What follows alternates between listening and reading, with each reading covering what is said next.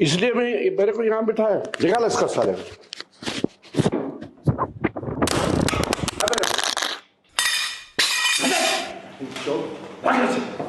इसलिए यहाँ आया था तुमने। This is because a journalist asked him a question about his whereabouts. Even if a balloon were to cross line of control, it's an ISI conspiracy and Indian channels would, focus on it. You're not just headbutting each other, you're also headbutting your regional countries. Bangladesh is a classic case in point. From India's perspective, it's not Pakistan really, which it should be worried about. It's China you should really be worried about. Hello. Wars can create very bizarre scenes. Let's look at a video in which the ex-RAW chief, Amarjit Singh Dulat, generally known to be a person of a reasonable temperament. I've had the occasion to meet him. The guy you could have a conversation with, I thought at that time, seemed to completely lose his cool. And this is because a journalist asked him a question about his whereabouts. Were you in Pakistan around the time when the war broke out? And then the interview just broke into some sort of a silence, which actually was a lull before a storm. So let's watch what happened. आप कह रहे हो कि inputs नहीं आए आपके पास? मेरे पास क्यों आएंगे इनपुट? किस बहाने से आएंगे मेरे पास इनपुट? बहुत सारे लोगों के कॉल्स भी आते होंगे, बहुत सारे लोगों से जानकारी भी आती होगी, बहुत सारी जानकारियां भी आपके पास आती होगी। सर, चाइना का इस पूरे वॉर में किस तरह से इन्वॉल्वमेंट देखते हैं आप? मुझे नहीं मालूम। चाइना का कोई इन्वॉल्वमेंट नहीं। सर, एक बार बैक टू पॉइंट आते हैं। आपकी पॉइंट तो सारे खत्म हो गए। अब जब आपने मेरे से ये सवाल पूछ लिया है कि मैं 4 दिन में या 5 दिन पहले पाकिस्तान में था, तो मुझे तो लगता है कि आप ISI के लिए काम करते हैं। नहीं, मेरे को किसी ने कहा सर। नहीं, वो ISI वाला ही होगा ना। नहीं, उन्होंने कहा कि सर जाते रहते हैं पाकिस्तान में। हाँ, तो किसने कहा आपको? ये तो हरामीपन है ना। किसने कहा आपको? 2 दिन नहीं, उन्होंने कहा था कि कुछ दिन पहले। हाँ, किसने कहा? किसी ने कहा सर मुझे कि जाते रहते। तो फिर मेरे से सवाल क्यों पूछते हैं अगर आप ये बताने के लिए तैयार नहीं कि किसने आपको कहा ये?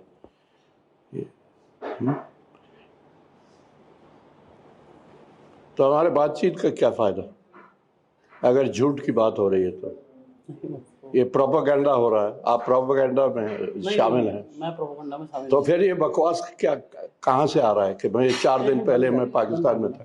नहीं, लगाओ इसको। जब आप झूठ बोल रहे हैं तो ठीक है। झूठ नहीं बोल रहा सर, मुझे कौन बोलता है साला हरामजादा?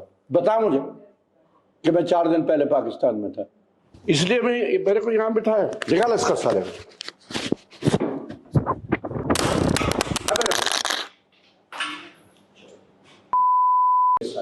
नहीं यार, इसलिए यहाँ आया था तुमने। मालूम है मैं कौन हूँ? कौन सा हरामजादा बोल रहा था? कौन कुत्ता बोल रहा था? कौन था वो? आपका बेटा सा मानो सर, ऐसे मत। है क्या कह रहे हो? क्या कह रहे हो? कौन कह रहा था आपको? मैं बात कर रहा हूँ। बताओ ना मेरे को, कौन कह रहा था? बात कर रहा हूँ सर। बताओ कौन कह रहा था? कौन? मैं बात ना बताओ ना मेरे को। बता रहा हूँ। I like to know sir. क्या रहा? क्या नाम हो गया?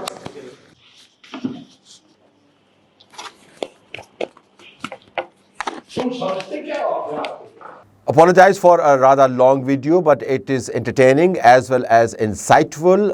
Entertaining because off-camera things can be very entertaining. On-camera can be very formal.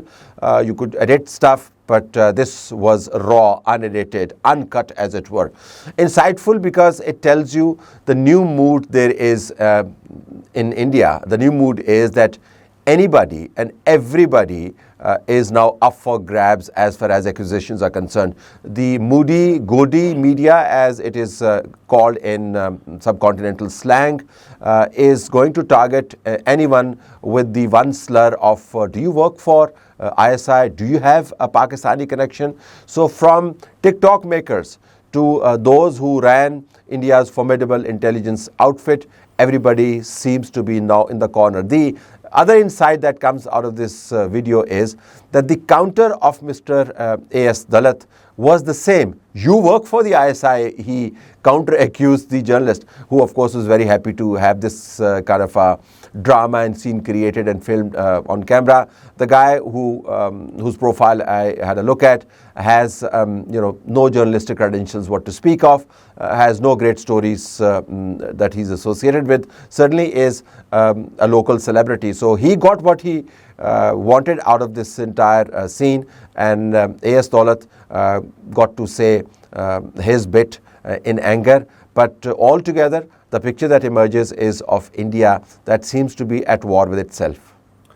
You know, this obsession with involving ISI is turned into sort of a paranoia now. Look at the headlines in India's major newspapers. You just Google it.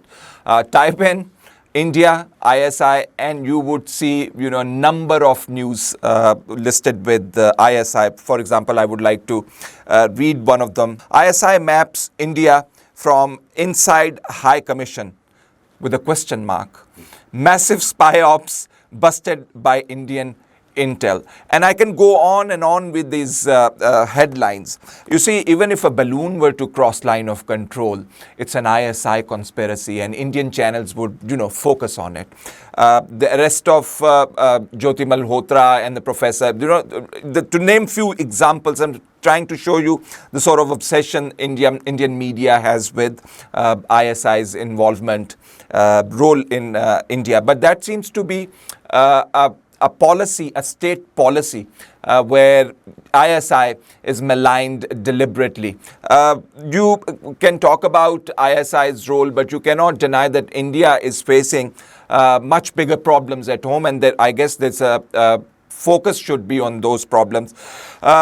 They're quoting the chicken's neck, which connects India to its northeast, and now these air exercises between China and Bangladesh are scaring India very much. The Assam's Chief Minister came out with a tweet. You can see it on your screen, and they're really very worried, and they're threatening Bangladesh that you've got two chickens' necks. So I guess the focus should be where it should be at the moment. It is not, and Faisal makes a very interesting point that this policy of headbutting anyone, accusing them of association with Pakistan, tarring them with the brush of being ISI agents seems to be so pervasive that it has now become an obsession bordering on a pandemic. But it's also, the other interesting point that he makes is a state policy. You're not just headbutting each other, you're also headbutting your regional countries. Bangladesh is a classic case in point. They have been headbutting Turkey, just to quote another example, where Pakistan has sent a high-ranking topmost delegation led by the Prime Minister of Pakistan alongside the Field Marshal General Assam Munir.